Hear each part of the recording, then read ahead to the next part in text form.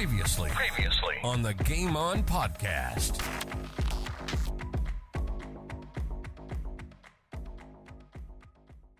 And I reckon that was during the Adelaide Test match, and the scores Yes, kept that's apparently right. the scores kept Yes, coming over correct. the PA system, and I think that sort of helped me a lot as well. But then, ended up having a good second season, got into the Australia A side, and at the time I was just playing some really good cricket. So fortunately I was able to get some runs for Australia A, and bang, all of a sudden people are talking about me playing, a test match or the home test match in Adelaide against England. And I didn't really take it that seriously. And then all of a sudden got the phone call and I'm playing test cricket. And batting number 6, so your bowling did certainly help you getting picked originally, for sure. Yeah, definitely. I mean, I was bowling a fair bit for South Australia because we were playing two spinners and two quicks, so I sort of had to bowl a few overs. Then for Australia A, it was all 50 over cricket, so I'd bowl a few overs there as well. Were you involved with the Australia AV, the Australian side? Yes. How important? We've obviously Malcolm's just asked how important was Australia A, but how important was Australia A in getting that going to assist the development of players? When really there hadn't been an Australian A team that had been sort of put head to head against the A side, I suppose. I think it just gave us a little bit to strive for because, as you've sort of alluded to, the depth in Australian cricket at that time was huge, absolutely huge. Like there was probably at least a dozen of us batters lining up, just getting runs after runs.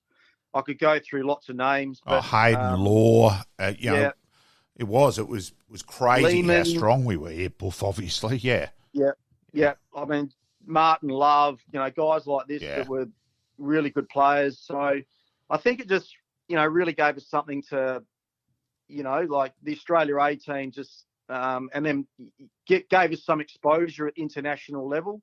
So, for me, it was huge. And I think, once I went into the Australian team, at least I'd sort of met a few of the Aussie boys, and it just gave me, a little bit more level of comfort, I suppose.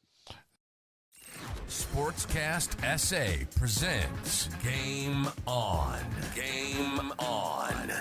South Australians' destination for everything sports. Local, national, and international sports. AFL football, soccer, basketball, golf, baseball, tennis, cricket, and any other sports played in this wide world. And we're going to have a blast doing it. So sit back, relax, and let's do this thing. Welcome to Game On.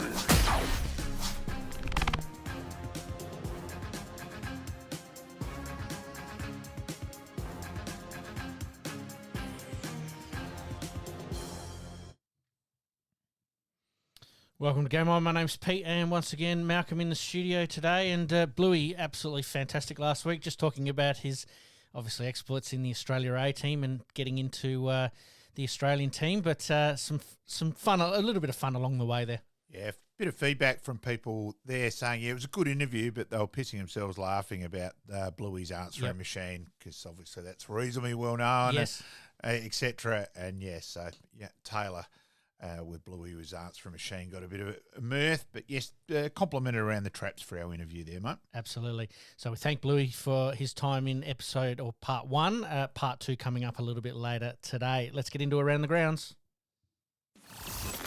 Around the Grounds.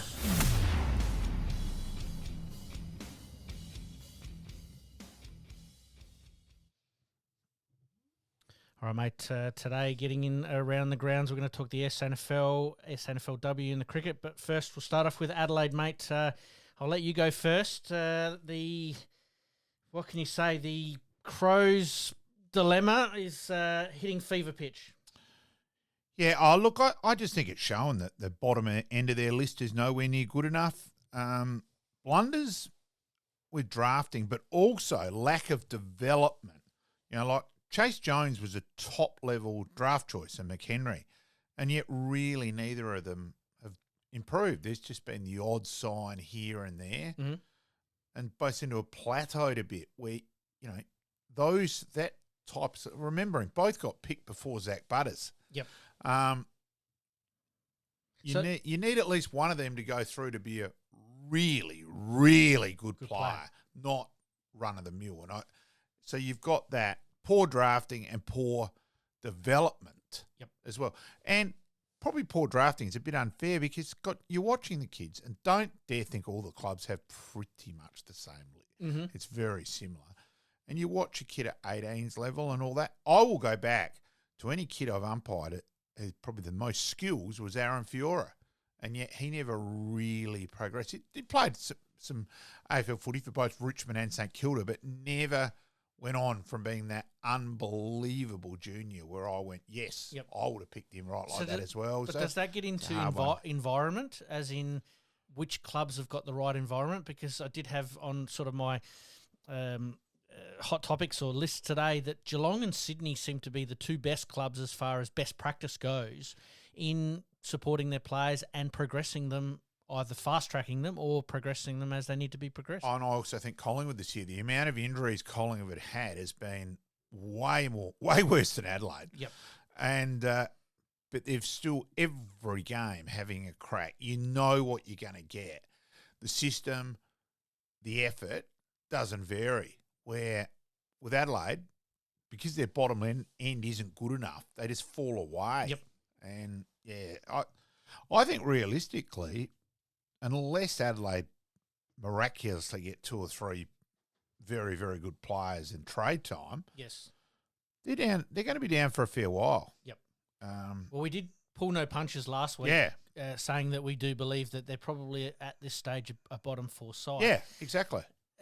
And I think it's a bottom 4 to bottom 6 list. Yeah, and that's fair call. All right, so we've talked previously about how West Coast and the Tim Kelly trade hasn't gone right. Yep. I've traced back and done a little bit of research here, all the way back to the Bryce Gibbs trade. Some horrendous ones. Yeah. So from that point onwards, and I'll quickly go through some of the main ones. Obviously, out of that trade for Bryce Gibbs with Carlton get to Koning. Look what's happened there. And then you look at, obviously, the Crows have got Fogarty.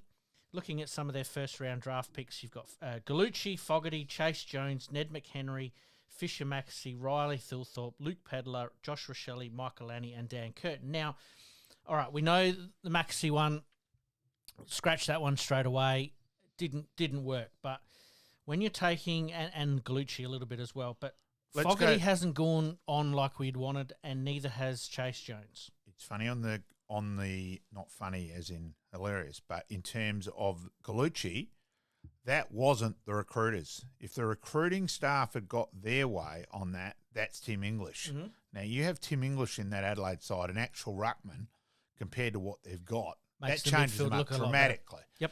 And that was Don Pike. Insisted on a midfielder and overruled. Now, that was a total bust on a few other things.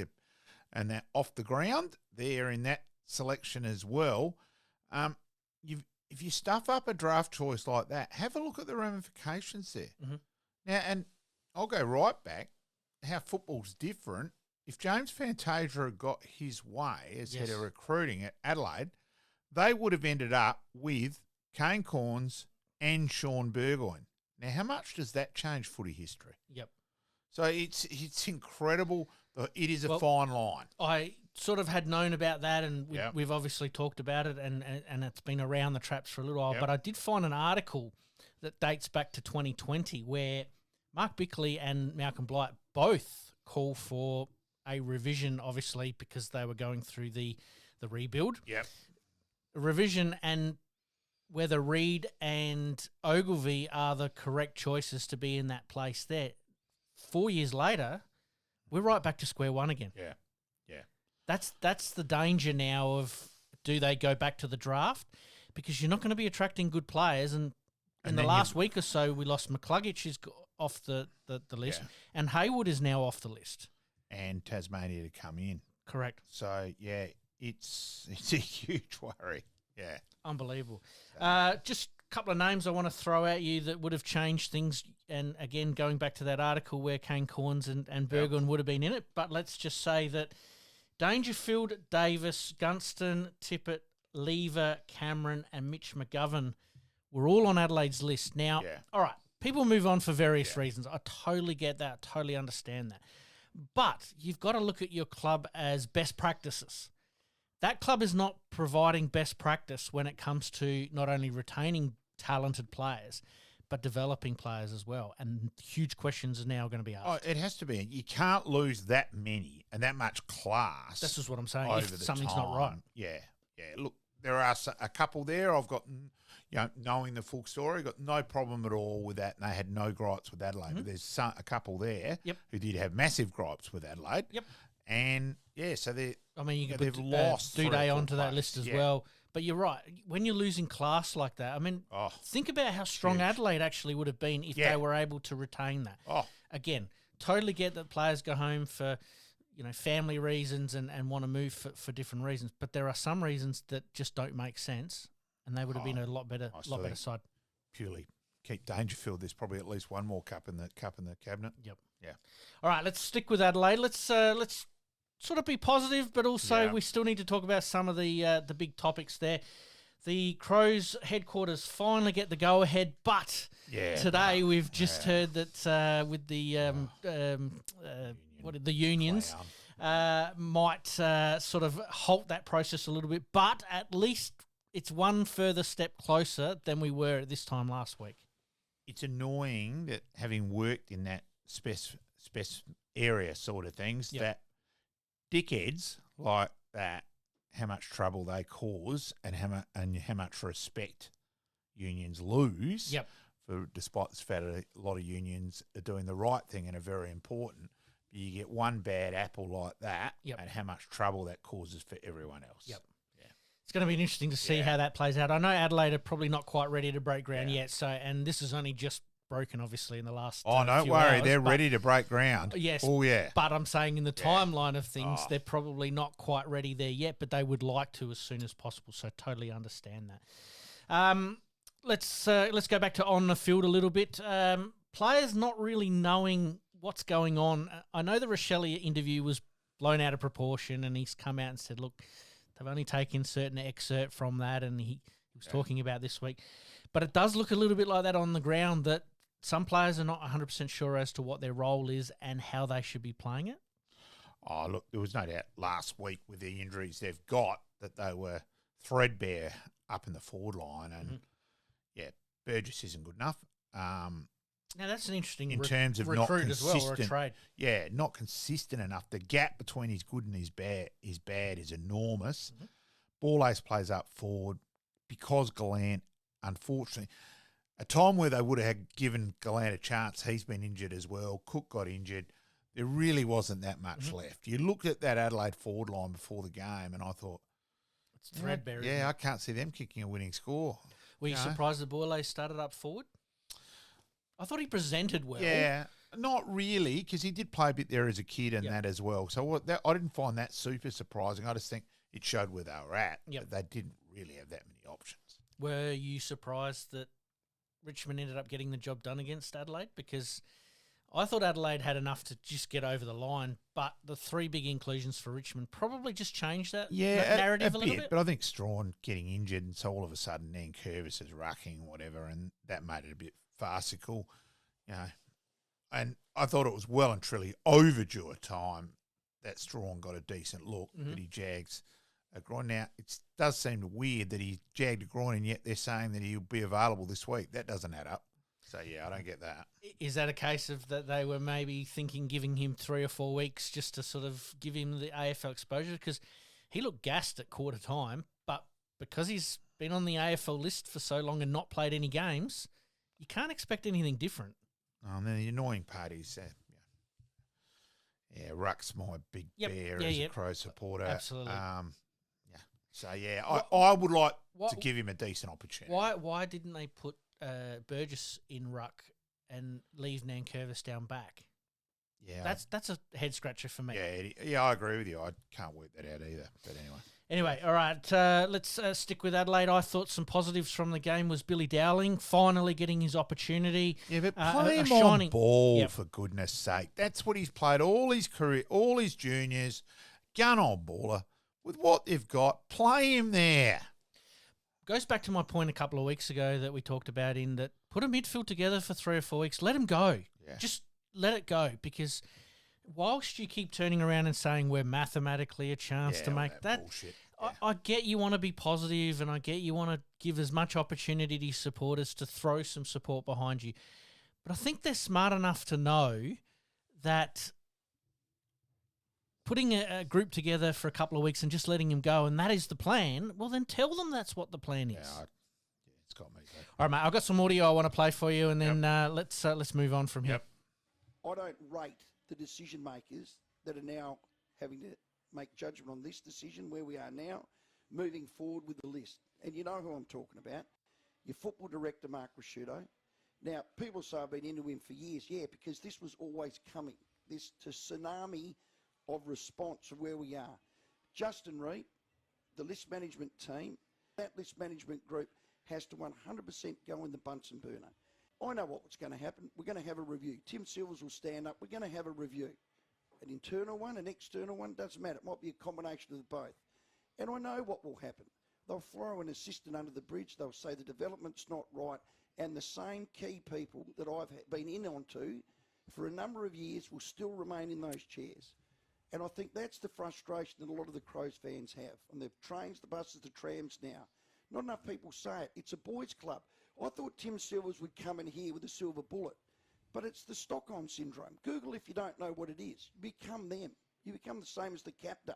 He thinks the same. Tim, I want you on tomorrow, and we need to drill down on what your plan is from here forward. Because they're coming for you. They're coming for the club. When I say they're fans. You're fans. Obviously, Rowie there, we could have played that right off the top. That sort of comment has gone national, and I think it's justified when it comes to the back of house stuff. We did briefly touch on it at the beginning of the show. I wanted to play it because I think it's very, very important that does this now, a line in the sand moment, they do need to change. I don't think throwing an assistant under the bus is the right call here, because I think it goes a lot deeper than that. But where do they start from? Probably actually being honest and admitting what things haven't worked. And I think there's been a lot buried in terms of, and as we said, about development, about recruiting, things there, decisions there, and some past appointments. Yeah, it's hard to argue with the thought. Some of the accusations of a boys' club I totally agree with. Mm-hmm. Some I don't, but some I totally agree with. Yeah. So this leads me into my next point, and hence the reason why I held off on it, is that Adelaide have lost a lot of respect from opposition. No one fears them. No. What are the non-negotiables? You look at Collingwood and you go effort, attitude, and team first. Now, that even when I played football, that was always the mantra, but I just don't see that at Adelaide. This is the problem, and this harks back to Sydney and Geelong having fantastic front-of-house teams that just allow them to play, whereas there just seems to be this politics that is going on throughout Adelaide and has for a number of years, and this is what's causing these non-negotiables to play out on field. I'd kill to have Tom Harley at Adelaide Football Club. Leave it at that in terms of my thoughts there. Yeah, I think prying him out of Sydney might be a bit difficult at the moment, mate. I don't think it's. No, obviously I know Tom, and that's not. And that's I know not Tom as well. Yep. He's not leaving Sydney in a hurry. No. Don't think he's allowed to. But but I also think that you're right in that strong leadership. Yeah. But also strong when he needs to be, but plays in the background when he needs to play in the background. And Sydney have gone from strength to strength. Very, very good operator. And Brian Cook set the scene. You know, they've been strong in presidency, strong in administration. Yep. Things have followed over the years. Yep. Yeah. And Adelaide seemed to be there through the obviously the late 90s into the 2000s, but since that point there, it's sort of unfortunately gone downhill a little bit. All right, I know we're bouncing around a little bit, but let's look at another positive for Adelaide in that Luke Nankervis was named Rising Star for round 13. Oh, look, he has got some promise for the future, and I think he was overdue for a decent crack. He got bizarrely made sub a couple of weeks ago. I couldn't work that out. So I think there's some selection things there with Adelaide too. And, goal pass sort of comment with someone like Lockie Murphy, etc., and things like that just have bombed. And I'd certainly query the whole coaching panel in that one. Yep.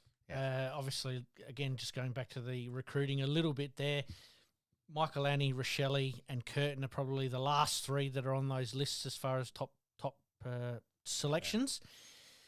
I think Michael Annie's a pass for me. Oh, yeah, no doubt about that. Trying circumstances when you think about it. I think he's more than a pass at the moment. He's been very good. Yes. I think Rochelle's a pass, but there's a but about him. I think there's I don't have that as a pass yet. I think the but is more appropriate at the moment than the pass. And then you've just got to wait and see. I have him as a pass on the basis that I think his best football is brilliant football. I just think he's a bit at sea, and then the gap between good and bad is probably the defining point. It's been a worry that there's been probably 3 or 4 times this year where it was time to put the body and commit and didn't. And that's, for mine, is always someone which leaves a huge question mark over his head. But I also think that's a little bit of lack of confidence. Yeah, it's a bit of both. It is what it is. All right, let's move on to Port Adelaide. Obviously, Adelaide being the big talking point. In a way, a little bit lucky that they played on Thursday last week, but because of what's happened over the weekend, they're still in the firing line. But Port Adelaide had the bye on the weekend. How do we see them? Does the bye give them that refresh to assault the finals how they would like at this time of the year? I think so, because it gives Rosie another week where he probably would have tried to play next week, where he might actually hit the ground running this week. Those three, so see how the dynamic trio goes against GWS this week. Mm-hmm. Port Adelaide will be obviously looking to redeem themselves from a game that they probably would have liked to have picked up against Carlton at home. But who do you trust more at the moment, Port or Essendon? Port personally. Yeah, well, Essendon is still my enigma, and they probably proved me a little bit right after the weekend. We'll stick with Port Adelaide, obviously not too much as far as on the ground goes at the moment, but off the ground, Port Adelaide might be looking at playing back in China. What are your thoughts on that, mate? Look, I'm all full of credit for Port Adelaide in the first place with that. And let's also get right there. They got that up to cost neutral and then profit very quickly. So I think, full credit to Port Adelaide, where Keith Thomas and then David Koch and that, etc. But Keith Thomas saw that, hang on, there's just not enough big businesses around Adelaide. We've got to have a crack at this bit in China. Mm-hmm. And it was entirely from left field and all that. Yep. And it was working. Yep. Now, the world then changed. But I say good on Port Adelaide for that. Yeah. So where do Port fans sit on it? Because, they didn't have some successful years in the China experiment, so to speak. And the big thing to come out of it was, well, we shouldn't be selling a home game or playing a home game all the way over in China. But No, it wasn't a home game. It was an away game. It was an away game. Sorry, my apologies there. But, playing away in China, obviously the travel factor and everything else that goes along with it. Is it a good idea that they're putting business and the survival of their club because of the financial assistance? It is. They're multi-million-dollar corporations, and you've got to raise a hell of a lot of money to function. It is a business. In that stage, as a business decision, for us to survive financially, we've got to go and play a game in China. I totally get that. Yep.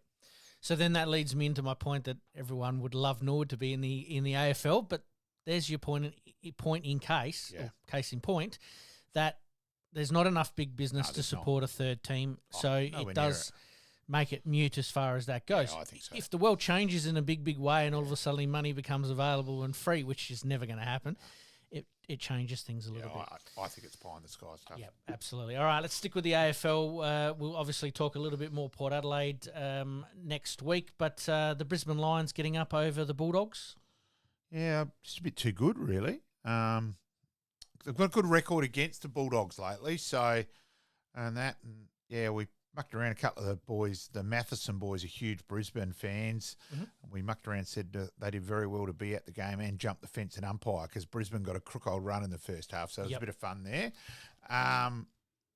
But it still keeps Brisbane alive. Well, technically, I now add Brisbane to my team of enigmas because they're on 1 minute, off the next, but they've got 3 or 4 games coming up at home, which I think is going to they can build some momentum and actually have a crack. Yeah. Hawthorn getting up over the Giants. A controversial free kick there, or do you think it was there? For me, I thought it was there.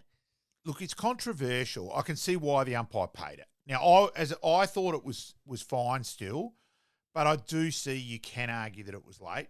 Now, the comment got made, well, why in the hell is the kick down the ground not there? Well, that's the ruling now. The rules changed. It used to be if that went out on the full, it had to come back. No, it's not now.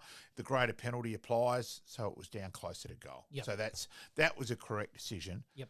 Look, the one... Even though it went out of bounds on the full? Yep, that doesn't matter. That doesn't matter. That's now been changed. Oh, thank you for clarifying that. Yep. I did check on that one, so I'll give Sam his due there. Yep. Don't agree with him on the next one, but yeah.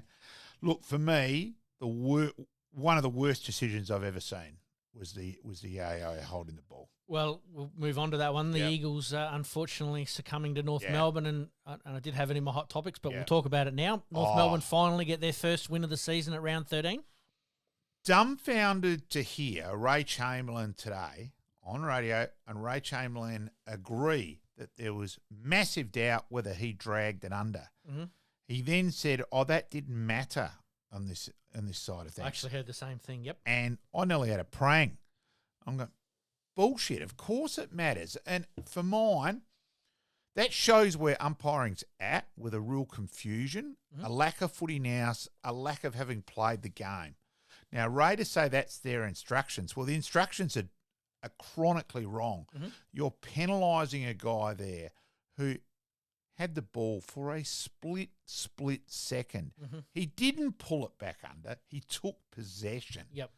Just a horrendous decision. And it pisses me off big time that the AFL just, what a surprise, they'll admit an error against a little interstate club without much power up in Brisbane, but they won't admit one against West Coast. Mm-hmm. Now, it just had to admit, no, hang on, we've stuffed that up. They're examining that should not be a free kick. That should have been a ball up.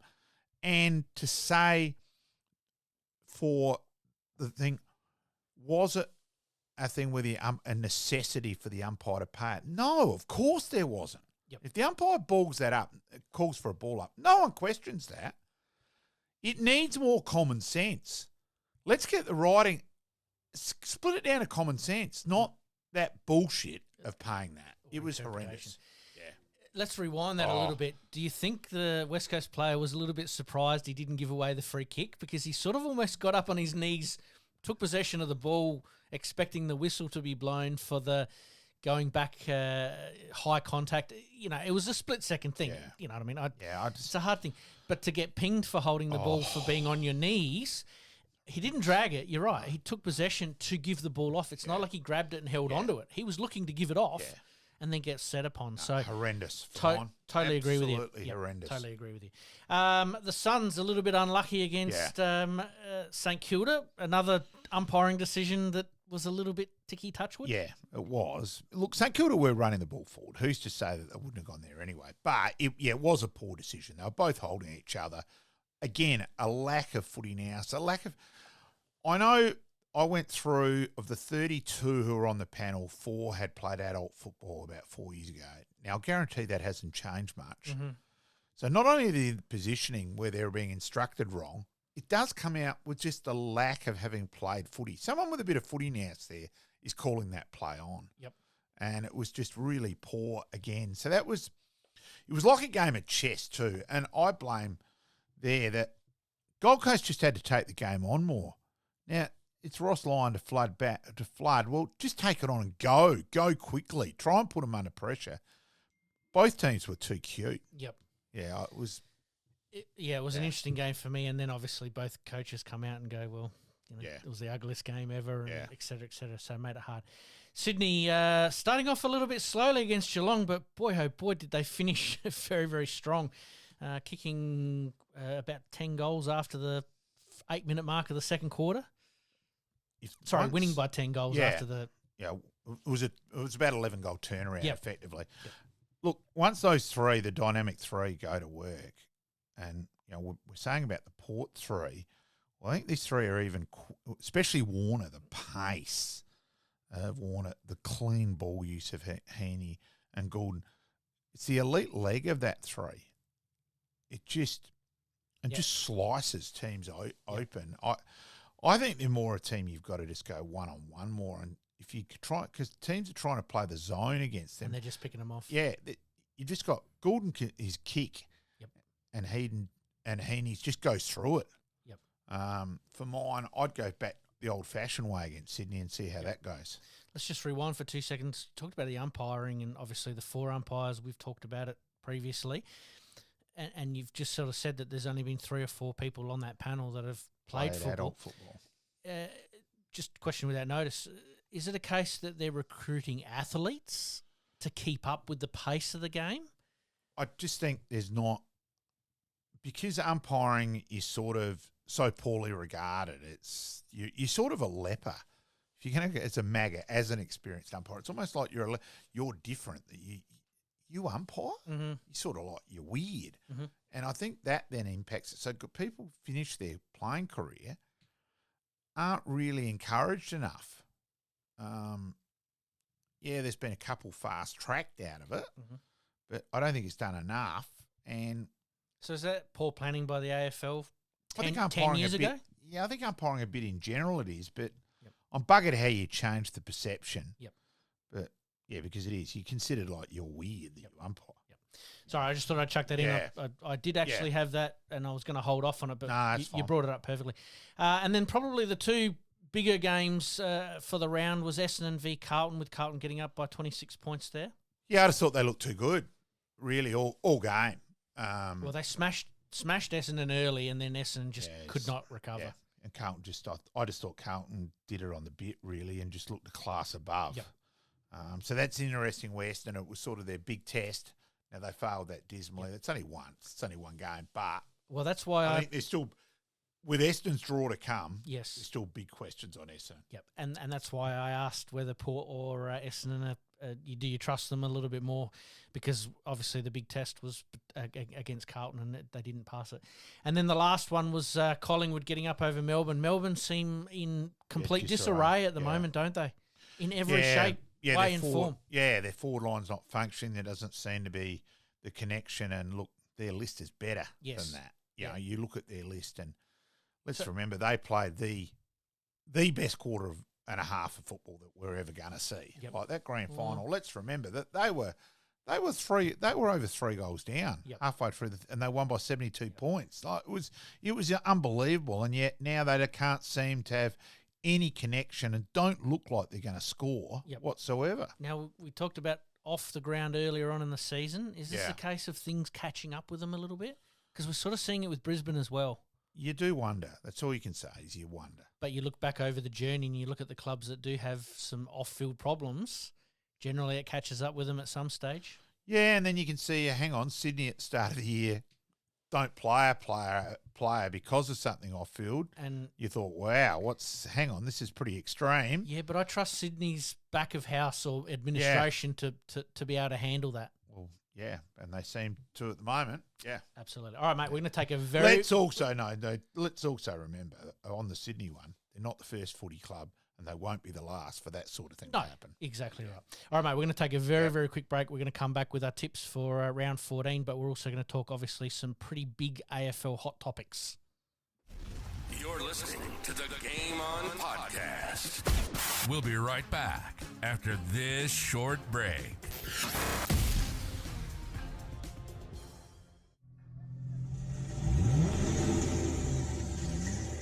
Dents and scratches putting a dent in your day? Introducing Roger Steen Crash Repairs Adelaide, your trusted solution for automotive woes. With over 2 decades of expertise, Roger Steen Crash Repairs guarantees top-notch service, restoring your vehicle to its former glory in no time. From minor dings to major collisions, our skilled technicians handle it all with precision and care, using state-of-the-art equipment and techniques. Roger Steen Crash Repairs saved my car. It looks brand new. Fast, friendly and reliable. I wouldn't trust anyone else with my vehicle. Don't let accidents slow you down. Visit Roger Steen Crash Repairs Adelaide at 14 Penner Avenue, Glynde, for quality service you can count on. And here's a special offer just for our listeners. Mention this podcast and receive a $100 discount on your repair. Roger Steen Crash Repairs Adelaide. Excellence in every repair. And once again, we thank Roger Steen for his continued support. Thank you, Craig. Absolutely, thank you. Mate, let's get into round 14, the Lions v St Kilda. Yeah, I'll go for the Lions up there. I will too. The Bulldogs v the Dockers. It's at Marvel Stadium. Marvel, but yeah, toss the coin over who you trust. Do you trust Fremantle away? You can argue that Darwin was away and they dominated against Melbourne and that. Yeah, I'll go for the Dockers. Yeah, I'm going to go the Dockers as well. Richmond v Hawthorn in Dusty's 300th. Yeah, I'll go for the Hawks to ruin the party. Ooh, interesting. I'm going to go Richmond on pure emotion. Sydney v Adelaide. Sydney by plenty. Yeah, what's your tip on that one? How many points do you reckon? I've gone 48. Okay, yeah, I'm going to go 56. Yep. North Melbourne v Collingwood. Collingwood For me. Giants v Port Adelaide. over there. I'll go the Giants. Port coming off the bye. Yeah, either way. Giants, it's a big game. Giants are a I know, they're both.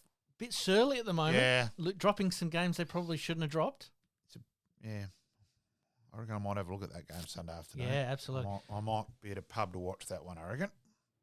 Fair call. And then buys to the Suns, Carlton, Geelong, Essendon, Melbourne and West Coast. What do you think about all of these buys happening at about the same time? I mean, it's great that we spaced it out over the weekend, but we've got no more Thursday night, which leads us into our hot topics. We've got no more Thursday night games. Oh, look, I don't mind that in terms of this time of the year. It's bloody cold and all that. And yeah, it's designed for TV. I get that. But you're not exactly really going to want to go in this sort of... So I get that, but... If it's designed for TV, then shouldn't Brisbane and Gold Coast and maybe up in Darwin or Alice Springs be getting maybe some of those games on a Thursday? Yeah, I think there's a strong point for that. Yeah, and probably West Australia, it's not quite as cold. So, yeah, I think you can make cases there. Yep. The West Australian time zone doesn't really work. That's probably a bit of a problem. Yep. So, but it doesn't so much on the East Coast, especially up in Queensland at the moment, which is where I would have been playing bowls if I hadn't had my operation. But anyway, that's another story. Melbourne's assessment of Petrarca, absolutely in the cold light of day, not correct. No. I think disgraceful, a little bit too harder and harsher term to use, because the player's always going to say, nah, I'm all right, let me go. But the doctors have a duty of care, don't they? Yeah, it's one where normally the doctor would have come in and gone, nah, it's too bad, you're off. So, yeah, I'd love to hear the doctor's explanation over why that didn't happen. Mm-hmm. Because he was clearly struggling to get off the ground. Yeah. Then struggling sort of in his little warm-up to get back out on the ground, and then to be allowed to go out there, and then his first possession looked like, don't touch me because it's going to hurt. And then we find out ruptured spleen and broken ribs and bleeding in the internals that you do not want to be having. So who's at fault? Player, medical staff, or coaches? Because we've seen it again. Rosie was a classic example as well. I'd like to hear the explanation. That's all I'm saying out of that. But, because I know what I heard about Port with those concussion, and I back one of the doctors in there big time. And so, I'd like to hear it. On the outside at the moment, you've got to criticise the medical decision in that. Purely from the outside, that, it didn't look responsible care. Yeah. Very cool. Have we seen such a complete team as Sydney as what we're seeing right now? I think you can argue they're as good by foot as any team ever, especially with just having 3 or 4 just absolute elite Probably a little question mark on defence. They probably lack a little bit of depth in defence in the talls. Mm-hmm. You know, So do you because think McCartan has got with his concussion record. Yep. So do you think a bit of worry? But do you think that midfield's papering over a couple of little chinks in the Sydney not armour so much a little bit? Chinks is probably a little unfair, but if you've got to find the area where they potentially could get exploited, it is tall forwards come finals. Is a potential exploitation. But that midfielder with Grundy at the moment. Well, he's been the final piece of their puzzle, really, when you think Jordan about it. is the tagger, and he went to Stewart on the weekend, which was probably a role I thought he might have gone to an on baller, but he blocked Stewart, and that seems to stuff up Geelong's run and rebound. Yep. And the other thing there, the big tick for Sydney is, and it was also the Carlton game where Carlton kicked the first 4 against them. Mm-hmm. They don't seem to panic and just back their systems. We can blitz, we can kick 3 or 4 in 5 minutes to get us back in it and overtake. And so far, that's proven to be correct. It's taken a bit of a leaf out of Collingwood's book, hasn't it? Yeah, the system will stand up no matter what, and whoever comes in and their injuries that they've got at the moment and how they've been able to cover. I mean, would have you ever thought that Billy Frampton would have got a game in Collingwood, let alone be? Yeah, I know. Forget the premiership one. That's a whole nother argument. But at the moment, he seems to be playing a role that is easy. They seem to be able to get people to play roles more and adjust to the role and contribute more than anyone else. I don't have this on the running sheet, but I'm going to ask it now, is that Jack Cale's probably, and Timmy G pointed it out in his interview with us, is that Jack was able to do that effectively. No doubt about that whatsoever. McRae's almost in the same boat. Someone like Adrian Settre, coming up from the reserves but doing the job in finals, where Jack Cale was unique, his ability to sell bullshit. And as Timmy G said, convince him that he was better than Platten, where deep down you knew, of course, he wasn't, but he managed to sell that and get the player to believe. If anyone who proved that sports played above the head and get the best possible results because of that was John Cale. Yep.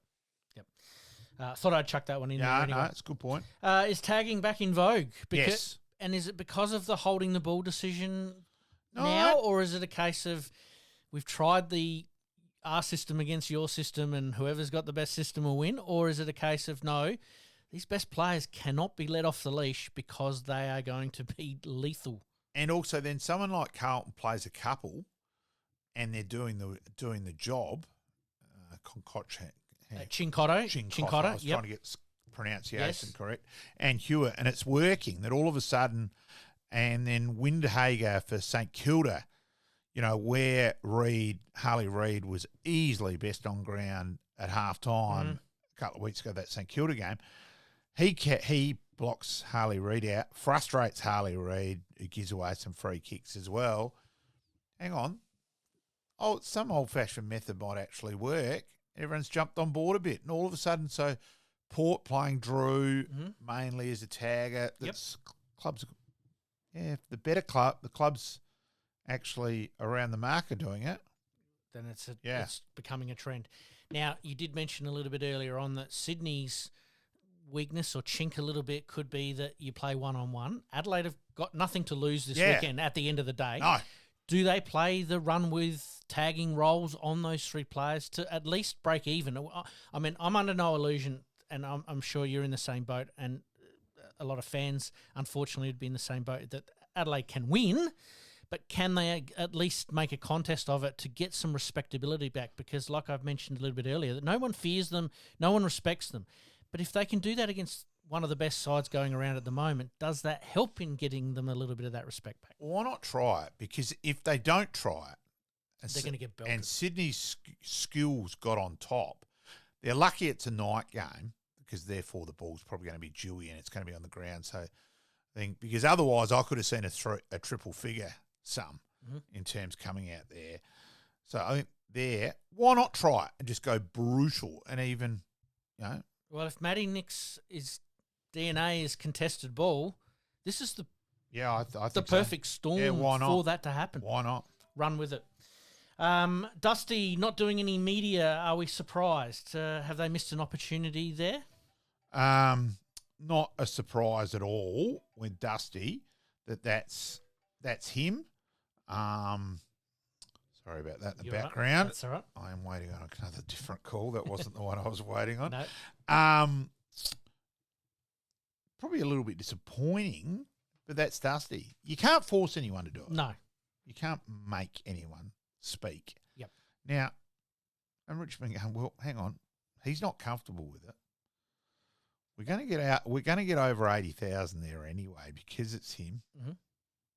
So be it. Well, you only need each member to put 50 cents in and they've paid the fine, haven't they? Yeah, At the end of the day. He hasn't done a lot of media previously, so I'm not surprised. No, I'm not surprised. It's just him. And I know the AFL, they pay very good money for broadcast rights and they want greater access. That's probably the word I'm looking for. Yeah. But if a player hasn't done it for 300 games or done it very rarely for 300 games, why expect him to start now? Oh, I don't think you can force anyone. Yep. So it's not him. We move on. You play Dusty highlights. Yep. Let's be honest. You can play a highlights tape of him is as good as anyone's. So just go with that. Half an hour highlights for sure. And I think Jack Rewalt did a little bit of an intro to it, and I think it was quite smart as well. All right, mate. Yeah. Let's play a new game. Quick handballs here. Let's go through these really, really quickly. Which of the current coaches would you like to play for at the moment? McRae. I'm in the McRae bandwagon as well. And I think Fagan a little bit as well. Yeah, I just think McRae, they seem to have got huge buy-in and love and respect and that sort of thing, probably more than anywhere. Longmire maybe a bit as well, but if I'm forced, it's McRae. Fair call. All right, let's move on very quickly. Sunday night twilight games should be a feature of long weekends, but do they need to be blockbuster games though? Yeah, I think they need to be blockbusters. Yep. Great. Fair call. The Lions are the new enigma with home games to come. Will they get back on track, do you think? You sort of mentioned it a little bit earlier. I think yes is the answer. They could spring 4 or 5 wins together. I don't know whether probably the one Ashcroft has been out for way longer than 12. It's over 12 months now. I'd like to know where he's at because he's obviously so important. And look, they've done 5 ACLs. Both Brisbane and Richmond have done something like 5 ACLs each. It's been crazy. Like that then has effect for the next year as well. Yep. So it's a hard one. It is. The road to 13 or 14 wins gets you to finals. Who is likely to sneak in or drop out? Well, the club at the moment who's all of a sudden become a chance from nowhere, from none for 5, is Hawthorn. So, again, it's just so hard to tell, but I think there's probably about 6 out of it, and the remaining 12 are well and truly. So, from 6 to 13, you've got Fremantle, GWS, Gold Coast, Melbourne, Western Bulldogs and Hawthorn. Yeah, they're all chances. Gold Coast need to get a couple of that game might come back and bite them on the bum. But if they pinch one away game and continue, obviously, with the home form, then you probably say they sneak in. Yeah. Do you see GWS or Fremantle dropping out? I didn't say Collingwood there because I can't see them dropping out with players coming back.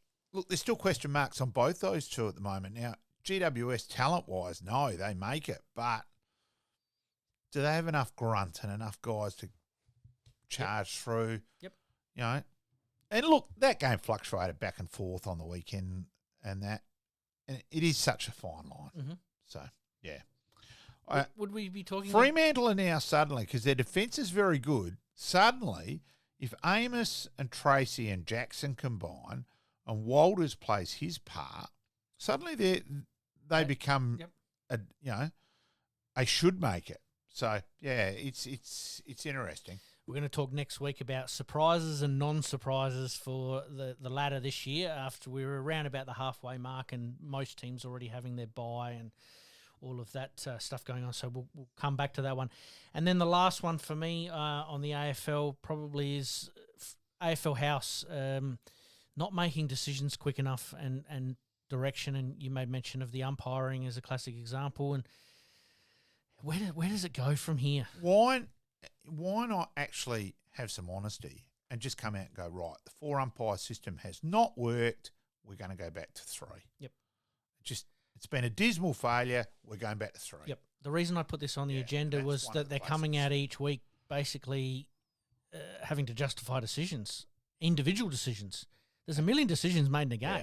Yeah. And as I said, the one for mine was the one where they should have gone, no, that is an incorrect decision. Yep. That they didn't. Yep. You know, that was pathetic.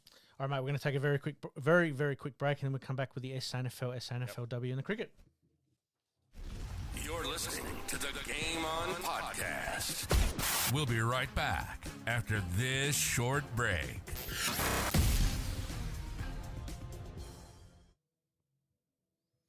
All right, mate. Round 9 threw up some interesting results with the Panthers getting up over Adelaide. Yeah, I think, again, that's showing Adelaide's lack of depth, as we've discussed earlier, and that's where they're at. Both Adelaide and Port lack depth. Yep. Entertaining clash once again. The Bulldogs getting up over Woodville West Torrens, especially considering what the Eagles did to Nord the week before. I went to that game. A Woodville West Torrens player, we won't pick on him, but this bullshit of kicking the ball on the ground, he was running into an open goal 15 to 20 metres out. He could have run in, handballed it over the top, or just kicked the drop punt straight at the goal umpire. No, he tried the dribble kick. You're talking a football. A football is an oval-shaped ball. Yep.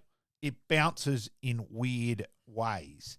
There's only been 3 or 4 players, Dacos probably being the main one, Peter, that you knew when he kicked it that he managed to get the ball to bounce exactly the way he wanted. Eddie Betts and is Eddie probably, Betts the other one. The modern person who could do it. Yep.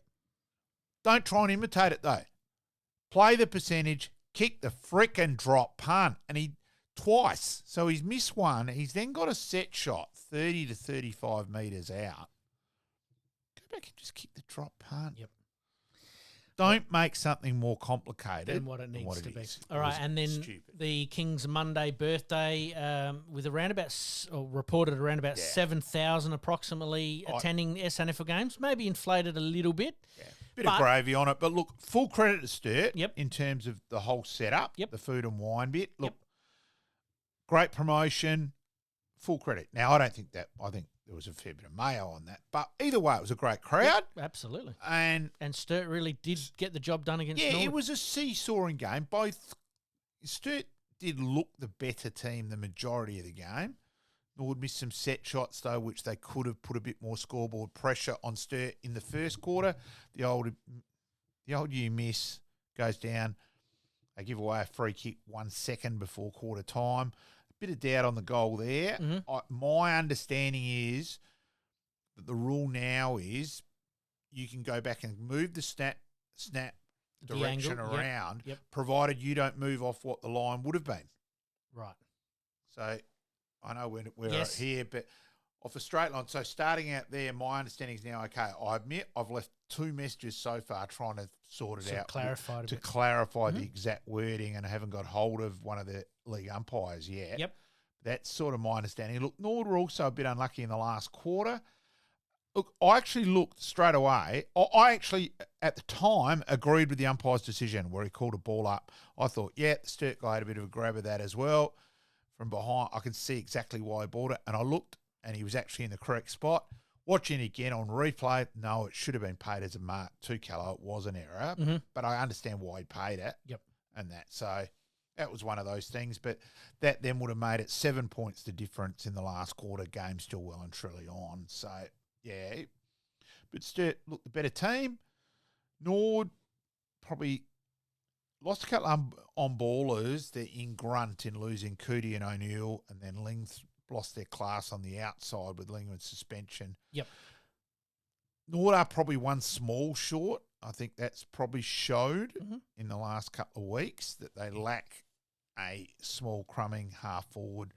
I think they're back in the situation now where Bain and Lowe's been quite good on ball overall, but I think with Ward's weaknesses, he's got to go back to playing the small forward role. Yep. That's my own personal opinion. Yep. I'd be playing Liam Robinson. I don't see how you can keep playing a person up forward who can't kick. That's my own opinion there. So I don't agree with their selection, but that's just a personal opinion. Team balance is team balance sometimes. So I get that. Yep. But no, Sturt were good overall. Look, it's I think Glenelg are the team to beat, and I've said that. I've said I think they've got the best side still. Yep. But I think it's Well, we'll go on to that game there where North Adelaide, took it Yeah, right up and to there were- Glenelg there. couple of decisions didn't go their way. So it's a fine line. We know that. Mhm. There's a controversial touch whether it was should have been a ball in or not, and that there would prove to be pretty important.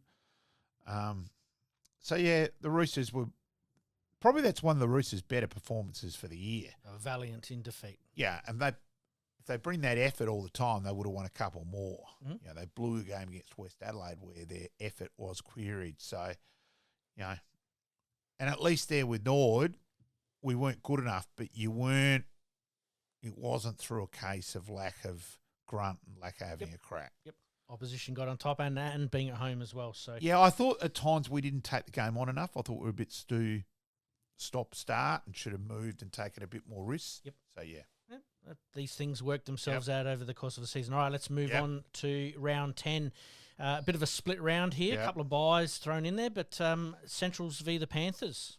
Yeah, I'll go the Dogs. I'll go the Doggies as well. Port Adelaide v the Bloods. I'll go the Bloods. I'll go West Adelaide there as well. And Woodville West Torrens v Adelaide. I'll go Woodville West Torrens. Fair enough. All right, let's move on to the SANFLW, mate. It's all coming down to the final round to sort out the top four, and really, you want the destiny to be in your own hands. And Norwood v West Adelaide is exactly where it is, because if Norwood win, that's it. They're in the finals. If they lose, then Sturt or West Adelaide can jump over them, and percentage becomes very, very important. Yeah, I think there's been a draw there, though, so I think that gets rid of that. I think it's basically whoever wins that game. So there, Nord had got a slow start and then it got a bit on top, and at three-quarter time, I thought Nord should have won, Went on with it. Yep. Especially too, let's remember that Indy Rashid wasn't playing. Sturt's best player was playing an AIS, in one of those games, under 20s versus 18s. Representation, yep. So it was missing, and so Nord have been a bit exposed. They've lost their last two. Been a bit disappointing, the legs, the last couple. Yep. Going down to Sturt, obviously, by 2 points there. Central's getting on top over North Adelaide. South Adelaide flexing their muscles against Glenelg, which we sort of think are about probably the two best SANFLW teams going around, and South have really hit their South form. Are well and truly the team to beat. Yep. I think there's South and a gap at the moment, actually. And West Adelaide getting up over the Eagles. Now, as we've already mentioned just previously, Norwood playing West Adelaide this weekend in a finals-defining game. Sturt v North Adelaide. Sturt are probably getting North at the right time. No, Sturt should win that game. You would think so, which puts obviously pressure on the Norwood and Westies game. Eagles v the Tigers. I'll go the Tigers. Go the Tigers to rebound there. And Central Districts v the Panthers. I'll go South Adelaide. This time next week, we will have our final four, and we'll talk a little bit more, obviously, come finals time. Be interested to see where South decide to rest some players that could affect that game. Absolutely. All right, let's move on to cricket. USA defeating Pakistan in the T20 World Cup. This format is more than likely to provide some upsets, as we've already seen. Yeah, it was an interesting result. There's been a couple, and then Pakistan not managing to chase 119, and you do wonder, and things like that. And then the next game. So maybe the wickets aren't great over there in terms of not coming on enough. I know they actually got made here, but there was also then problems with importing them where they were stored. I think it became a bit more complicated than they realised it was going to. Yep. So certainly not querying Damien Hoff whatsoever there. But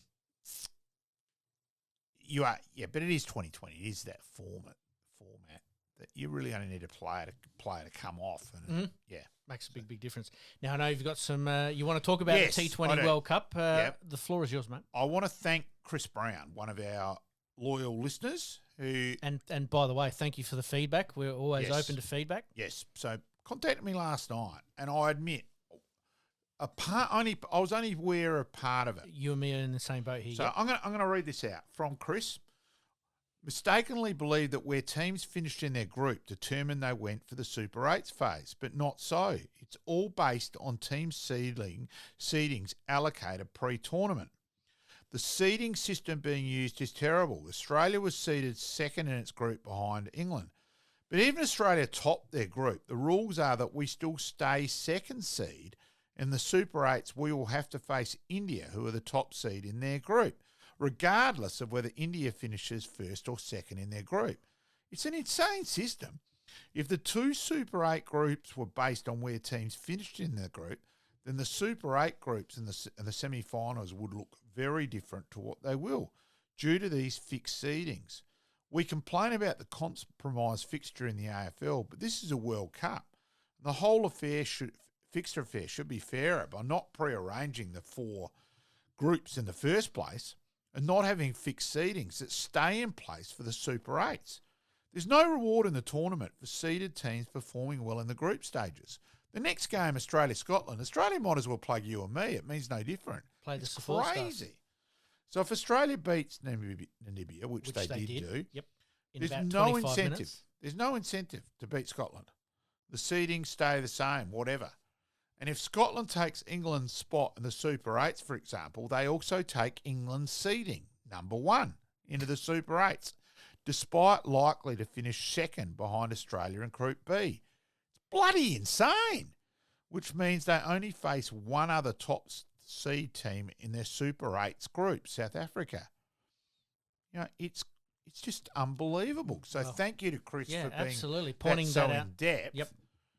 It's a Mickey Mouse tournament. It effectively went, because the cost was so much to set up and all that, and it was something like 30 million, whatever, use whatever figure. But the majority came back, well, playing England and India through ticket sales and TV rights, we're going to get that money back anyway. Mm-hmm.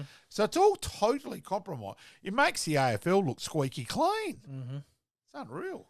That, and like you mentioned earlier on, we sort of had a bit of an idea as to how the World Cup was worked, but in any tournament that I've ever known, if you've got 2 sections, the first plays against the second of the other section, and the first plays against the second. You just automatically assume you want to finish top of your group. That's right. There's no incentive. No, it's ridiculous. So what, if Australia had basically come third in their group? No, you sorry, second. Two. Yeah. They come second in their group, it wouldn't have mattered anyway. No different. That's just absolutely insane. All right, mate, we're going to take a very, very quick break. When we come back, part 2 of the interview with Greg Blewett. Liking this podcast? Please like, rate, and subscribe.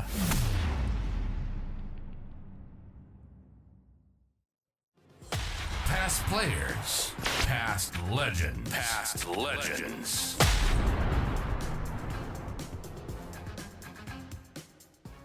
Of course, you're also unfortunately known at Australian level. You got a few 90s as well, including one here, Bluey, and that which, you know, as we know, if you converted 3 of them more, you probably end up playing more tests. So it's the old fine line, isn't it?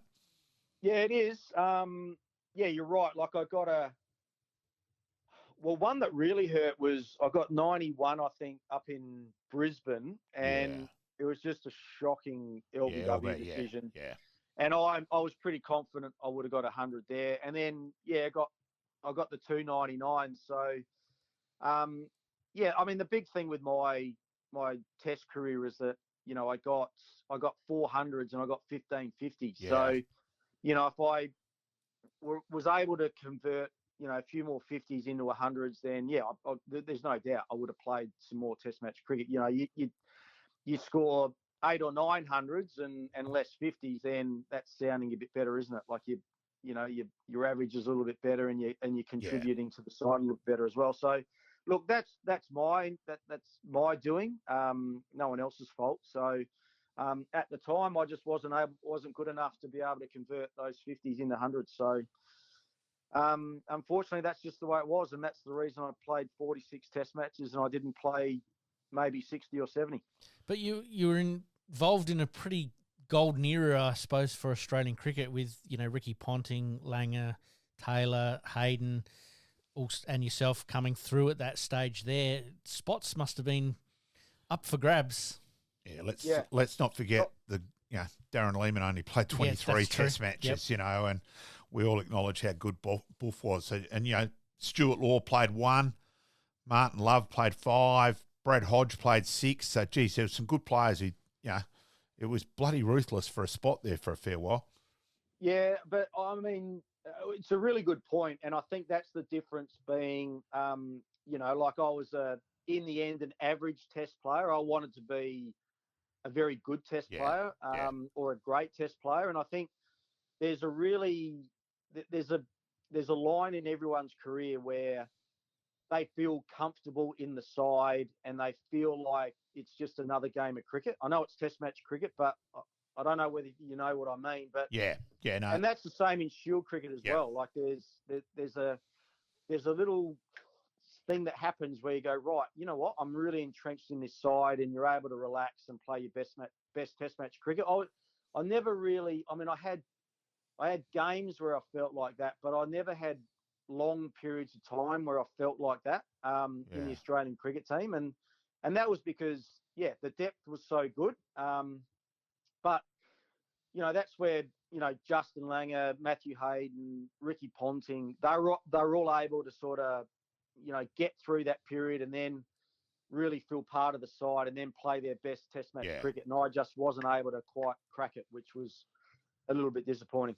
All right, on to my favourite game of your cricketing career, Bluey, and you obviously know which one that is. I think we all know which one that is, mate. So the Shield final here, and you think it was a game which fluctuated. Like those of us who followed Shield cricket knew, hey, this guy Gilchrist is pretty special, but geez, he did announce that in the Shield final, and then the game ebbed and flowed. We didn't bat quite as well. Out of the game. And probably, interestingly enough, the fielding by you and Buff really helped us. People forget that you got 2 vital run-outs. You ran Damien Martin out, I reckon, on memory. Yep. Got the first wicket of the game too, Bluey. And that just go through. And then you batting on the last day, and you were absolutely plumb LBW if we were playing 9 stumps. That was a shocking decision. Go through that, and you went for a drive as well, Bluey. Go through the whole game. I was going to ask about that. Go through it, mate. Yeah, it was just an incredible game. I mean, when people look at the scoreboard and they see that, Gilly made those runs at a run a ball or whatever it was, they scored a huge total, but they also probably don't realise that it rained for a quite a long period of that innings. Like it was almost drizzle, wasn't it? I reckon, Malcolm, where it was just like a light drizzle, which wasn't enough for us to go off, but it was just ideal batting conditions where the spin bowlers couldn't bowl, or if they did, it just there was no purchase. They couldn't hold the ball properly, and same with the quicker bowlers. Like it just skidded on. There was no sight. It was absolutely perfect batting conditions. So we're on the wrong end of it there, but then from then on, we obviously just had to try and hang in there. And at one stage when I was batting with James Brayshaw in the second innings, we thought we could get the runs, and then he played a terrible shocking shot against Brad Hogg, and Dong one straight up in the air. And from then on, Jamie Siddons came out to bat, and he couldn't run or couldn't hardly move with his injury. I think it was a hip or a groin. So it was a matter of just trying to save the game. And then I remember I got out not long after the second new ball was taken, and I honestly thought that was it. I thought that was the game, and it was the only time I've ever cried when I came off the bat. You weren't alone there, Bluey. Yeah, I was in tears. Yeah, probably along with you, Malcolm. So I thought the game was gone, and then we were watching on for a while, just waiting for the last few wickets to fall, and then, as we know, Shane George and Peter McIntyre, who both are absolute rabbits with the bat, were able to hold on. But it was like literally excruciating to watch. Like every over felt like half an hour. And I just thought, in the end, I just can't watch this. So I just, thought I'd just jump in my car, go for a drive, and try and kill some time. And so I did that. Came back, we were still going, and then watched the rest of the game with everyone else. And the countdown with the ball, the ball from the hill, and it just went forever. Like it just, when you're watching, it's like watching a footy team, try and hang on. Those last couple of minutes just feel like they go forever. And same with, some of the tight test matches that you're watching as well. The teams trying to hang on for a draw. That last half an hour feels like 2 hours. That's what it was like. Oh, and it was just huge, wasn't it? When Macca finally blocked that last ball from Brendan Julian, and there was probably about there was certainly over 10,000 at Adelaide Oval by the time, and well, everyone came down after work. Everyone just basically. flooded in, and then that week, the night at the Planet, I reckon, Players and the Planet, and we're back at Adelaide Oval the next night. As a Sheffield Shield nut was huge. Yeah, no, we partied pretty hard. I reckon we had a ticker tape parade through the city the next day, which I found out late about, and I think I had to rock up in the clothes that I was in the night before. So I had a few stains down the shirt, and anyway, that was pretty cool as well. Oh, it was just huge. As we'd lost the Shield final the year before at the Gabba, and just to finally, as a South Australian, and we certainly know what's happened since, unfortunately. It was just huge, and no, it was huge, and that I was in the West Indies with that '95 tour. I did realise that previous final. So, a few of I think Carl Rackerman came over after that, and he was. Oh, he would have been painful. Wouldn't he? All the Queenslanders were out of control. So, it was nice to get the job done the following season. Especially bloody Queensland's first ever Shield. Exactly. That ruined a lot of jokes in Australian cricket. And they haven't looked back since. That's the other thing. Haven't. So we'll go through a couple more things here. We'll go quickly here, Bluey. I've done a lot of sports camps with Bluey over the years, Pete, and I'm still doing them with Tony Miles, by the way, Bluey. But Bluey, every year there'll be a throwing competition, and the kids and Bluey would go, "Oh, my shoulder, I haven't thrown for at least a year," and I'm just pissing myself laughing every time, knowing up come they, and Bluey just casually threw it about 50 yards past him at least every single time. That was always entertaining. Yep. And look, for people out there, Doug Walder's drinking stories are all completely true, Bluey. Some of those Australian sports camps, let's remember him. Remember that morning where he was throwing the soft drinks just out? We don't want that crap in there. And some of those nights with Doug were just huge. There was one at Pembroke, and I met him that day, and of course, a couple, and I said, I better go. And you're going already? And he walks in, and he gets the rest of a six-pack and another six-pack for his nightcap. So 2 nights later, everyone else had gone. I'm just with Doug, and it was like I got my own sports night. And 4 hours later, still there. The better half's run. We had so many kids today, we had to have a night session. Yeah, it had been a bloody session, that's for sure. It was huge, wasn't it? It was hilarious. I remember one of those mornings, it was like, it might have been like a 9 a.m. start or something like that. And we were down there and we're trying to get organised, and it might have been about, 8:40 or something like that. And I heard the ice going and some rustling around, and what's going on over there? And there's Dougie packing the esky for the end of the day. So that was 8:40 in the morning. So he was getting his priorities right. Now I remember him taking some batting. So I think he used to do the shadow batting or something like that. Yep. And we go, right, Doug, you ready? And he'd sort of have a fag in his mouth, and I'm right. And there'd be 50 kids in front of him, and he's putting out his smoke. So I remember one kid asked him how to play the reverse sweep shot. Don't do it. Yep. Dougie's replied, "It's a very easy shot to play. You try it, and I kick you in the ass."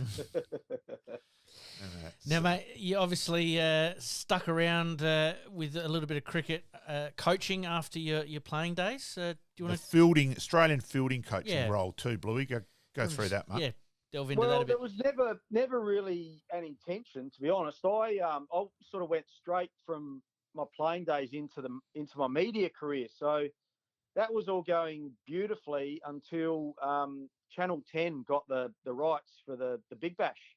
So I was working for Fox Sports at the time, or Fox Cricket, and all of a sudden I was like, right, well, the rights are gone. Do I stay with Fox and work a little bit less? Then I'd have to go on the road again, probably, do some international series, all that sort of stuff. And then I was over in England, and Buff just got the job with the Australian cricket team. And he rang me, said, "Carl, let's catch up." And I just thought, yeah, it was just a normal sort of catch up. And then he said, "Do you want to come on board?" And I was like, "Oh, shit." Never really, thought about it. And then I thought about it for a week or so. And then I just thought, you know what, if I'm ever going to, sort of scratch that itch, I suppose, with coaching, whoever gets the chance to start their coaching career with the Australian cricket team. And I just thought, it's too good an opportunity to not take up. So, I did that for a few years, and the family started growing again. So I didn't want to sort of stay on the road. So established myself back here in Adelaide. So, and then I started doing some coaching with the Redbacks.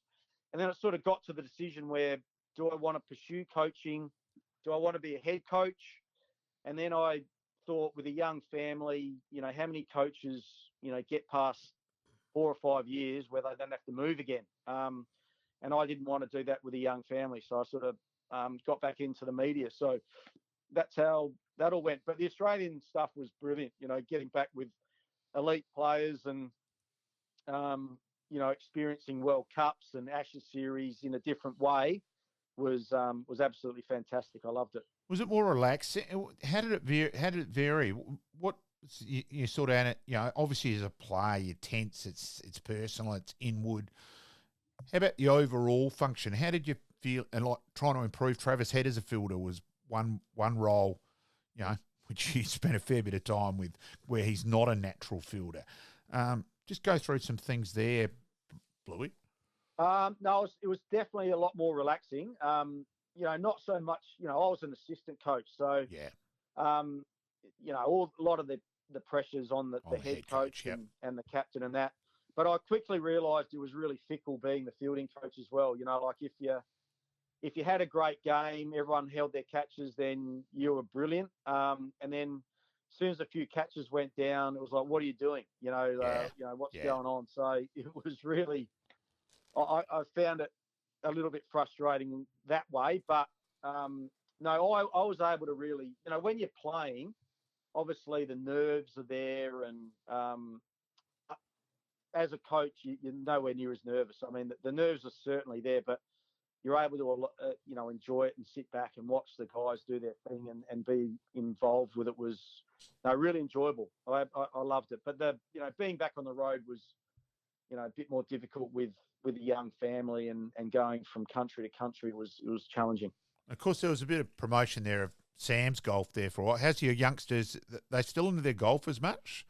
Or no, Sam. I said to Sam the other day, actually, do you want to have a go for a hit of golf? And he was like, yeah. He's never ever said no. But and then young Rory, who's 7 now, he was out. I've got a golf net in the backyard, so he was out there hitting a few balls the other day. But no, they're bloody cricket nuts. They love their cricket. So Sam had his first season last year, and Rory's going to have his first season this summer. So is that with Walkerville or school or at Walkerville? Yeah. At Walkerville for now. I just wanted to introduce cricket to them and see whether they liked it or not. And then we'll go from there. But at the moment, they're playing for the Walkerville Panthers under 10s and play Sunday mornings, and it's brilliant. I love it. I love going out with them. It's great. Of course, media-wise, Bluey, Triple M mainly, and the commentary with the Test matches in Channel 7. Go through just how those sort of roles vary, and well, I reckon putting up with Andrew Jarman, you deserve a medal for that anyway. But yeah, just go through that, Bluey. You better throw Bernie Vince in there as well. I've got to put up with him. Yeah, but at least he's more funny, I reckon. No, very, very enjoyable. I love those boys. They're sort of like a second family now. And same with their families. Like, we've all gotten to know each other really well. So, hopefully that comes across on air as well. Yeah, like we're just it does. It does come across that you have good fun. Yeah, it's brilliant. So yeah, that's with Triple M Rush Hour. So we're Monday to Friday 4 till 6. So been doing that for a few years now. So that takes up most of my time during the year, and then I'm flat out during the summer with both Triple M cricket and Channel 7 cricket as well. So little bit of Big Bash, but mainly test matches. So follow the circus around each summer. So and how does that vary? It's like the Channel 7 side's probably a bit more serious side, a bit more intense than what the Triple M, where you have a bit more fun as well. Am I reading that correctly? Yeah, well, TV's a completely different beast to what radio is.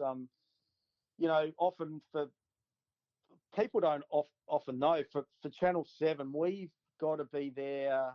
We've got to be on site most days 3 hours before the first ball's bowled. So, whereas radio, you rock up sort of half an hour before the first ball's bowled. So, completely different. Very long days for television.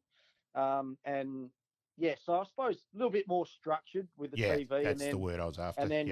And then radio, especially Triple M, it's pretty loose. So it's both of them.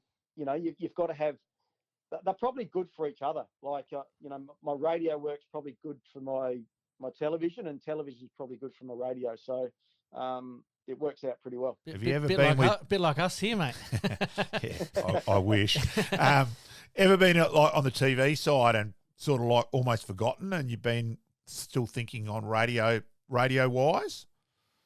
No, not really. Like it's probably good because you actually don't get much time off. Like you might get a half an hour block off from time to time, but a lot of people that just work in television or just work in radio, like in between your shifts, you go out the back and you're chatting, and you probably miss a little bit of cricket. But when you're doing both, you're obviously keeping your mind and your eyes on the cricket pretty much the whole time. So you're just picking up little things all the time. So I really like it, and it makes the days go a lot quicker as well.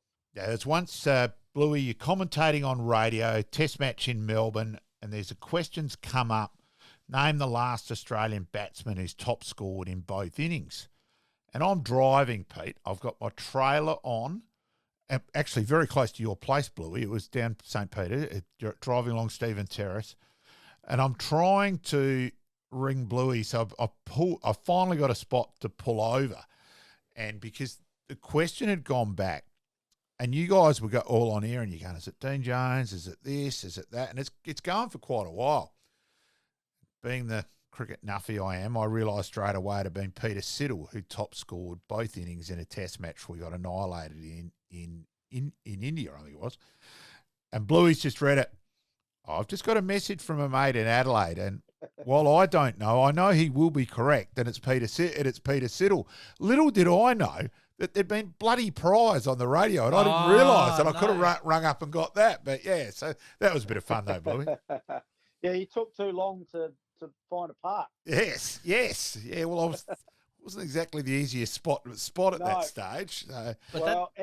Any help I can get is always a bit of a bonus, because that's what they like to do in the media. They put you on the spot, and then you're like, geez. So we always need a bit of help. Yeah, that's where the nuffy in me comes out. Yeah, handy side of things. That's a good pub quiz question there. That would stump a lot of people, really. Even the cricket sort of nuts that are going around, apart from the one sitting across from you right now. There was another amusing one. Bluey was captain of South Australia in a one-day game against Tasmania, and we had to get a bonus point to keep our season alive. I think it was either to qualify for the final or make sure we were still a chance to make the final. And I didn't think much of Bluey's field placements and may have let him know. And Bluey's realised it was me, and he's done the motion, you come out and do better, that line. Yep, yeah. I'm sitting with John Edwards, who does listen to the podcast. G'day, Chook. And Chook's gone, well, go on. They can't ping you for going on. He's told you to get on the ground. So that was a bit of Bluey and I have had a laugh about that coaching, and I think you went, I can see what you meant afterwards, and so it was a bit of fun. And then maybe in a Shield game, this did come up with Peter McIntyre when we had Macca on. Yeah. Now, it was a Shield game against Queensland. You actually got relegated batting down the order in a run chase quite early in your career. Yep. And came out to bat, and there was a few people who started heckling you from the crowd. We got up and in the Magic Cave afterwards, and Mac has just stormed into the bar. How dare you have a crack at young Blewett, rah, rah, rah. And I've just gone, no, it wasn't me, Macca. And he's that bullshit, rah, rah. And the guy, Jeff Wilson, who also listens to the podcast, has gone, I'd love to say it was Malcolm Macca, but no, he was actually 3 rows behind the guy. And Macca just went, oh, and walked out again. And Macca and I have had a laugh about that since. More importantly, did I get us home or yes, not? Yes, you did, Gregory Scott. Okay. I've got to give you that. So, yes. All right, good. Yes. Now, mate, we touched a little bit earlier on about your golfing. I'm sure you'd want to talk a little bit about that, but when you were playing cricket, did you get a little bit of golf in, or is this something that you've taken up since retiring? No, I got a little bit of golf in when I was playing. Like, I sort of used to try and play as much as I could. I thought it was brilliant for my cricket, just to, get away for half a day and concentrate on something other than thinking about, what was coming up in the next couple of days, the start of a game or whatever. I got really frustrated when I was filling in as captain for South Australia, and one of the main media days for a Shield game was the Thursday leading into. You had to sort of do the media on the Thursday leading into the Shield game, starting on the Friday, and that was always my main golf day.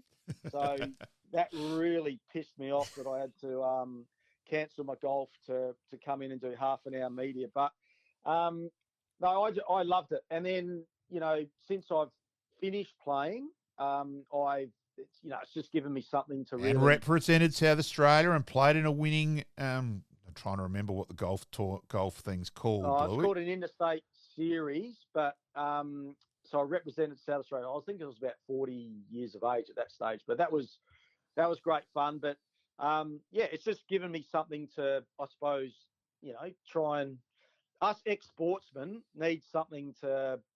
Really sink our teeth into. So it sort of keeps the competitive juices going a little bit. So I'm still able to do it. I'm 52 years of age now, and I'm still getting it out there a fair way. So another hole in one recently, Bluey. And geez, we've heard about that a couple of times. Yeah, I hadn't even come close to getting a hole in one for about 5 years. So one popped up the other day. So I got lucky. And Ponting v Blewett. Oh, I'd pay money to see that. My understanding is that it's reasonably competitive when you two play, and like the other players might be a bit more of a giggle. But I think when you play Ponting, it's used to be on a fair bit, Bluey.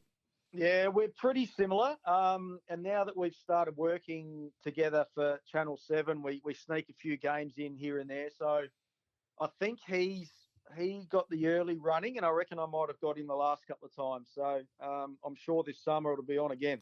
Well, there's a little bit of a golf for myself. What's the handicap at the moment, mate? Oh, I'm embarrassed to say that I've slipped out to 3 now. Oh, Bluey. So yeah, it's I've really struggled the last 12 months or so. I've almost I'm not going to say it's the yips, but Ian Baker Finches. I've just struggled a little bit. So I guarantee you, by the end of the year, I'll be back down to scratch. There you go. Let's put it on the record now that we're the podcast that is going to bring you back to scratch, which would be fantastic, mate. Absolutely fantastic. I will say one other. It was very funny, and you did it. Guys do it very well on radio. Was waiting for you to have the nip and tuck operation. That was very, very funny, Bluey. Which one was that? Oh, with Triple M, with waiting for you to have the snip, mate. That was quite amusing. That right. Coverage, yeah. yes, that was very good. Well, we do. I mean, any little sniff that someone gets of someone doing something that we might get a bit of humour out of, we run with it. So it was good. Yeah. So no, I've no more kids, Malcolm. I'm done. So I'm tied up. Court Marsh Bowl Lily finally, mate. Exactly. Now, one other subject. We will go go serious for a minute or two, because this is a subject very close to my bone with Chris Grigg and motor neuron. Of course, you lost your mum Shirley to motor neuron as well, Bluey. Yep. And that was terrible, 10 years ago, actually. Yeah. So time flies, but that was a horrible time in our lives, and sort of caught us all by surprise. I didn't know anything about motor neurone until Mum was diagnosed, and it was one of those. Fortunately, now it's a lot. I mean, they've got a lot better at diagnosing motor neurone. Because with Mum, it took us ages. We were like, we knew something was up, but the doctors just couldn't put their finger on it. Well, they eliminate everything else before they declare motor neuron. That's right. Probably the best way of describing it. Yeah. Whereas now they're a lot better. So, so I've recently come on board as an ambassador for MNDSA.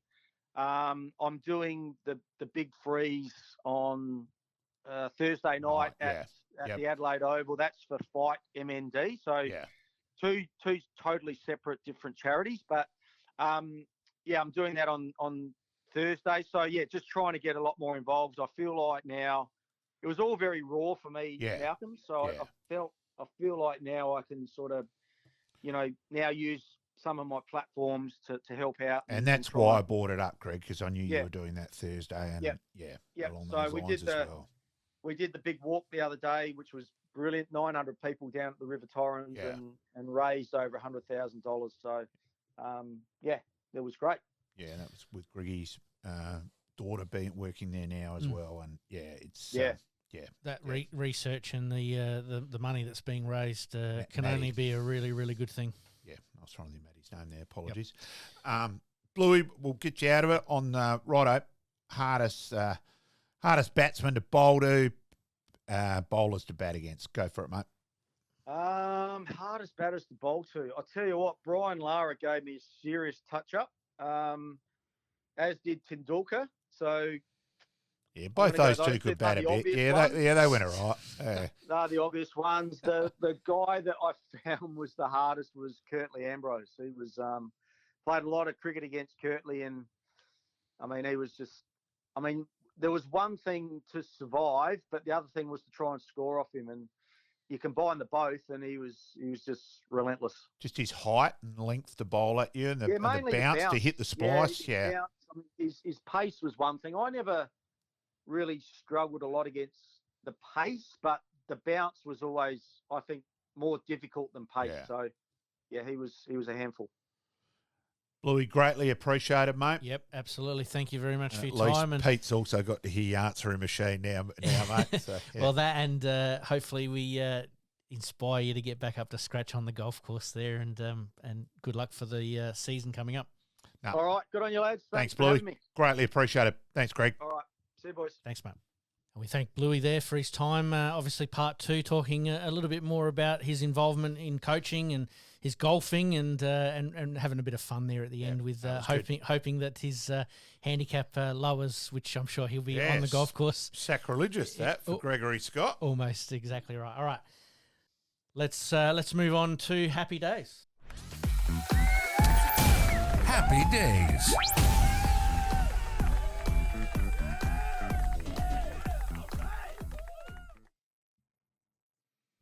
All right, sticking with the cricket theme today, happy birthday to Shane Watson, born on June 17. He is an Australian cricket coach, commentator, and obviously former cricket player. Watson was an AIS, Australian Cricket Academy scholarship holder in 2000. Before 2000, players who were part of the academy were required to play for their home state. In the following year, the rule changed, which then made him eligible as a free agent. He then chose to move to Hobart in Tasmania, where he was guaranteed an immediate place in Tasmania's state team side. What do you think about that, mate? Yeah, it was controversial back then that he was earmarked, because everyone knew this kid's pretty good, and there was a talk around, and then he went to Tasmania, then ended up back with Queensland. He certainly got around, and let's also be honest, he's an enigma. He certainly loved reviewing at LBW. Even the fight was smashing in the middle, halfway up all the time, and it became a bit of a joke. Yep. And he probably lost a bit of respect around the traps for that, because he was an important player, and his bowling was handy as well. Yep. But yeah, the enigma of the review, didn't help himself there. Absolutely. He played for Tasmania in the second half of the 2001 Shield season, making his way up the order from batting at number 7 on debut to batting at number 4 by season's end. In half a season, he scored 309 runs, an average of 51.50, including maiden first-class century in his 5th match. He took 11 wickets on an average of 26.27. At the end of the season, he signed a 3-year contract extension, obviously, with Tasmania. Oh, look, as I said, a lot of ability. I think he underachieved a bit, though, in fairness. He probably just didn't... There's Didn't a little go on bit, with it. A little bit of similarities to what we were talking with Bluey last week, where, as Bluey said, if he'd converted 3 or 4 of those 90s into hundreds and kicked on, totally different. And Watson was a bit similar there. Absolutely. Watson scored 14 centuries in international cricket, 4 in the Test matches, 9 in the ODIs, and 1 in T20 International. He scored his maiden T20 International century in 2016. He became the 10th player in history to score a century in all 3 formats, and the first Australian to achieve that feat. So he was around the mark. Oh, You're right. yeah, and he was a very good white ball player. He was probably better there than Test level, but just didn't convert enough. And I know I'm harping on, but there's also another similarity that both him and Bluey made 4 Test hundreds. Yep. So, there you go. A bit ironic. All right, sticking with cricket, mate. In 1948, we're going back a fair way here. In his farewell Ashes tour, cricketing batting maestro Don Bradman, which we've spoken about a million times on this show, but we have to keep bringing it up, scored 138 in the first Test at Trent Bridge.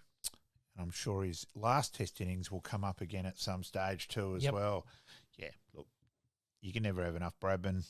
Any stats, time for a bit of stats, shove Bradman in. That's probably the easiest way. Well, I mean, I could have gone a million different ways, but exactly. Unfortunately this one being obviously his last Ashes, Yep. very important, and obviously as an Australian we get up and about when it comes to Ashes time. All right, let's move on to NBA basketball 2002. Talking of NBA finals, Los Angeles Lakers beat New Jersey Nets 113-107 in a 4-0 sweep. And third straight title, MVP Shaquille O'Neal for his 3rd consecutive final series. He certainly had a huge big game record, didn't he? I mean, know you we look talk at about Jordan and all that, but geez. Shaquille O'Neal can't be discounted as well. Exactly. Big boy. And gives a lot back to the community as well, which not a lot of people obviously know about there as well. All right, let's move on. 1989, Men's French Open Tennis. American, couple of my favourite players here back in the late 80s, early 90s. American player Michael Chang wins his lone career Grand Slam title, beats Stefan Edberg, who was a favourite of mine as well, 6-1, 3-6, 4-6, 6-4, 6-2 at 17 years of age, 110 days, and becomes the youngest male ever to win a Grand Slam singles title. Sort of arrived with a bang and disappeared pretty quick as well. He was a grinder, though. Yeah. But you thought, Leighton Hewitt was a grinder as well, but he hung around, had a lot longer than Chang did. And, you certainly thought 17, geez. Where to from here? 2 from here. Can he build up more? Can he get a bit more power and all that? But he, disappeared just as quick. But we talked last week briefly about how Leighton was in an era where there was a lot of good players coming through. Chang was almost in the same boat where Courier, Agassi, Sampras all sort of were in that same boat as well. So that's fair. But still a great player in his own right. I used to love watching him play. Yep. And just to finish us off today on Happy Days, a bit of sporting history. Cristiano Ronaldo in 2021 removes a sponsor's Coke bottle from his press conference at the European Championships, prompting the company's share price to drop by $4 billion very, very, very quickly. Incredible, really. And you sort of think, oh, well, there's a bit Mickey Mouse about their sponsorship and all that, but geez, you upset someone and there's something's happened there, and it's amazing how sporting players and sporting sponsorships can be influenced by one little movement. Crazy in the end. All right, let's get into the extra time big finish. Extra time. Big finish.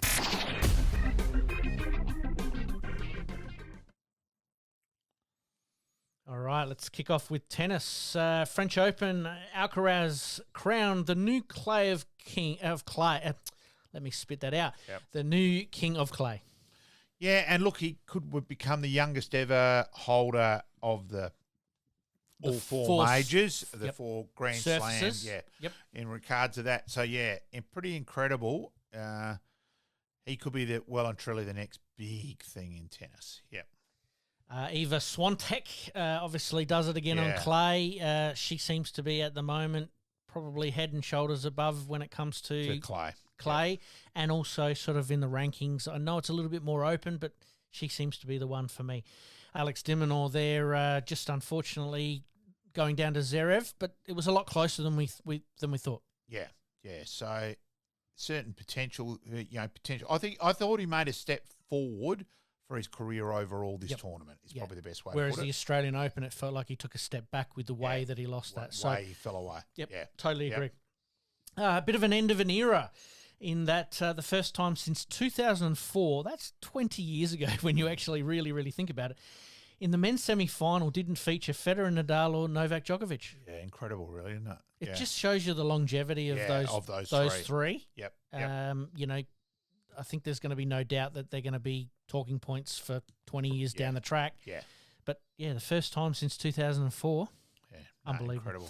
All right, let's talk about the NBA in the basketball. We're obviously getting to the pointy end. Yep. But at the moment, surprisingly, Boston are at a 2-0 lead. Yeah. So, that is a surprise. And well, it wasn't supposed to go that way. Yeah. It was supposed to be a lot tighter than what it was, but yet Boston have come out the blocks and really gone completely nuts. And Luka Doncic and Tatum seem to be the two that the Mavericks are going to rely on, but Doncic may be a little bit injured. It's going to be hard to come back from there. Yep. Yeah, a couple of home games, and all of a sudden it could go the other way. Game 3, I think, is being played on Thursday. About when we're releasing the podcast. So we'll see how that all pans out from there. But you're right, it's going to be a long way back for the Mavs. NRL game 1 of the State of Origin didn't disappoint.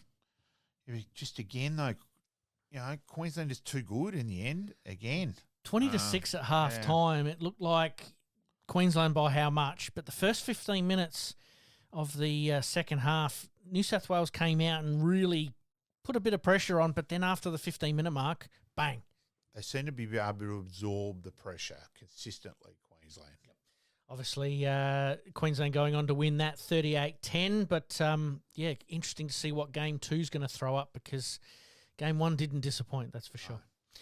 Soccer, just briefly, this one came across the desk earlier on today. The Newcastle Jets in the A-League have new owners. The Maverick Sports Group have taken over ownership of the club. Always interesting. We always see that with trepidation and see how it goes. We'll be observing closely from afar is probably the best way to put it. See how that one pans out. And then just on the soccer a little bit, broadcasting rights pretty much will show where the A-League's at, because they're basically holding on to the broadcast rights with the success of the Matildas. The Matildas are the key crucial element. Just a question, or not question, but a moment without notice. Australia obviously winning one of their qualifying games there, and Nesta Irakundu, obviously well known to South Australians, getting a goal in that game there. And again, he doesn't disappoint when he's on the field either. Yeah, he did the somersault predictably, was scored from a penalty there. Yep. And good on the referee there, because they showed it live, and even the commentator went, what the hell was that for? And then they've showed, it was actually totally correct. Yep. Well done to Irakundu, and 5-0 win against Palestine in the last leg there. So, well done. It's going to be interesting to see how that one pans out long term. All right, let's finish off with a couple of general questions to get us going. I want to praise Paul Bowden. Paul Bowden brought it up, and don't worry, he will be being pursued on other matters in the next couple of weeks. Yes. Mate. But we're talking about the big clubs in terms of out towards north, in terms of Golden Grove now have 40-odd sides. This probably claims to be the biggest club in South Australia now. Mm-hmm. Modbury and Tetra Gully over 20 sides each. So there's is more people would go through Golden Grove in a week than go through any league club. Mm-hmm. Now, you're talking SANFL club? Yes. Yep. Yeah, in terms of just pure numbers. So you had the time when they introduced Woodville trying to weaken Port Adelaide and it actually stuffed West Torrens up instead. Mm-hmm. That really where the side should have gone was the growth area out there. Now, again, whether there's enough businesses and whether you then take away the zoning, the supporters there attached to a club.